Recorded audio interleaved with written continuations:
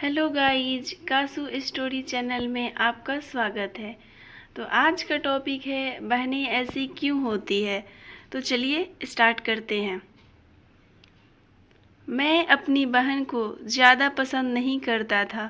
उसकी शादी हो चुकी थी, लेकिन मैं उसके घर कभी नहीं गया। बस माता पिता ही मिलने जाते थे। मुझे पता भी नहीं था कि वह किस हाल में है। वह कभी कभी मायके आती तो जाते समय माँ उसे घर का कुछ सामान दे देती। यह बात मेरी पत्नी को बिल्कुल पसंद नहीं आती थी।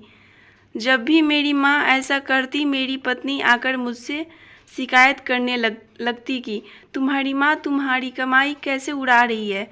जब भी तुम्हारी बहन आती है उसे खाली हाथ जाने ही नहीं देती, कुछ न कुछ जरूर देती है।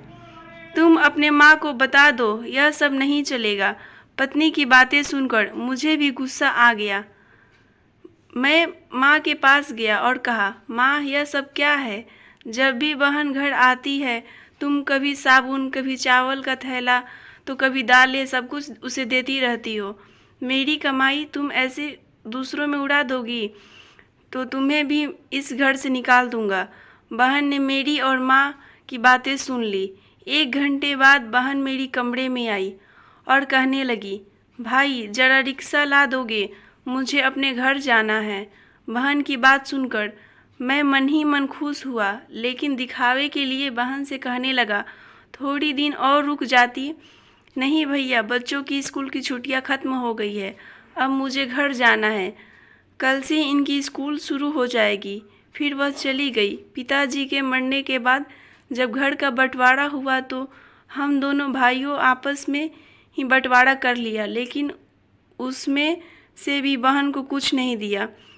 वह फिर भी खामोश रही, हमसे कोई शिकायत नहीं की। लेकिन हमारी माँ बहुत रोई और कहने लगी, बहन को भी कुछ दे दो। लेकिन हमने माँ की एक नहीं सुनी और डरा धमकाकर चुप करा दिया। अब बेचारी विधवा औरत, अगर हम उसे घर से निकालते तो वह कहाँ जाती, इसलिए चुप हो गए। भाई साहब ने अपना हिस्सा बेचकर शहर जाकर नया काम शुरू कर दिया और वहीं रहने लगे।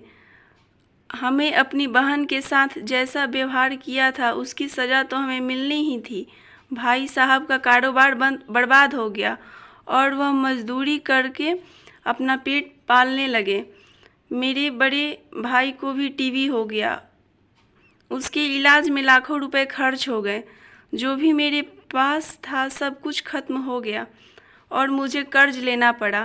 हाल इतना बुरा हो गया कि खाने के लिए भी पैसे नहीं थे, घर में कुछ राशन नहीं था। मैं कमरे में अकेले बैठे सोच रहा था कि मेरी बहन घर आ गई। उसे देखते ही मेरी पत्नी ने कहा, आ गई मनहूस। बहन को देखकर मैं भी गुस्सा हो गया, लेकिन अपने गुस्से को दबा लिया। वह मेरे बच्चे के पास गई, उसे देखा कि मेरे पास बैठकर आ गई। मेरे भाई, क्या तुम परेशान हो? यह कहते हुए उसने मेरे सर पर हाथ फेरा। बड़ी बहन हूँ तुम्हारी, तुम मेरे गोद में खेले हो। अब देखो अपनी बहन से भी बड़े हो गए हो कि बहन को भी कुछ नहीं बताते, अपना दुख भी नहीं बांटते। यह कहते हुए उसने अपना सोना का कंगन निकाले और मेरे हाथ में रख दिए।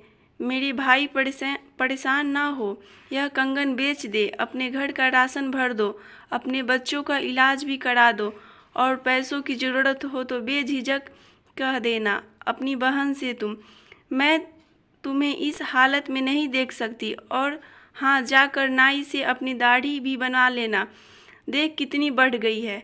मैं आश्चर्यचकित होकर अपनी बहन को देखे जा रहा था और वह कहने लगी, भाई इस कंगन के बारे में किसी से ना कहना, तुझे मेरी कसम है।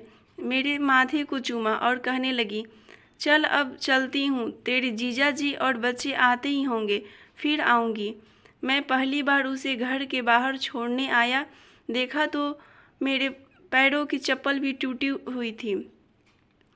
उसने कपड़े भी तो पुराने ही पहने हुए थे। मैं बस देखता ही रह गया। मैंने तो कभी अपनी बहन की घरेलू हालत जानने की कोशिश नहीं की। लेकिन जब उसने मुझे बुरे हालत में देखा तो दौड़ती हुई आई और अपने सोने का कंगन भी दे दिए ताकि मैं अपने बच्चे की इलाज करा सकूं और अपने घर का हाल सुधार सकूं। मैं सोचने लगा और मेरी आंखों में आंसू निकलने लगी कि हम भाई भी कितने मतलबी होते हैं, अपने बहनों को पल भर में बेगाना कर देते हैं और बहनें अपने भाइयों का जरा सा दुख भी बर्दाश्त नहीं कर पाती। मैं उसके कंगन अपने हाथों में पकड़कर जोर जोर से रोने लगा। दोस्तों, अपनी बहन अपने ससुराल में ना जाने कितने दुख सह रही होगी। कुछ समय उसके पास बैठकर हालचाल जानने की कोशिश ज़रूर करें। यदि आपको मेरी वीडियो अच्छी लगी हो तो इसे लाइक करें और चैनल को सब्सक्राइब करें। मिलते हैं आपको नेक्स्ट वीडियो में। धन्यवाद।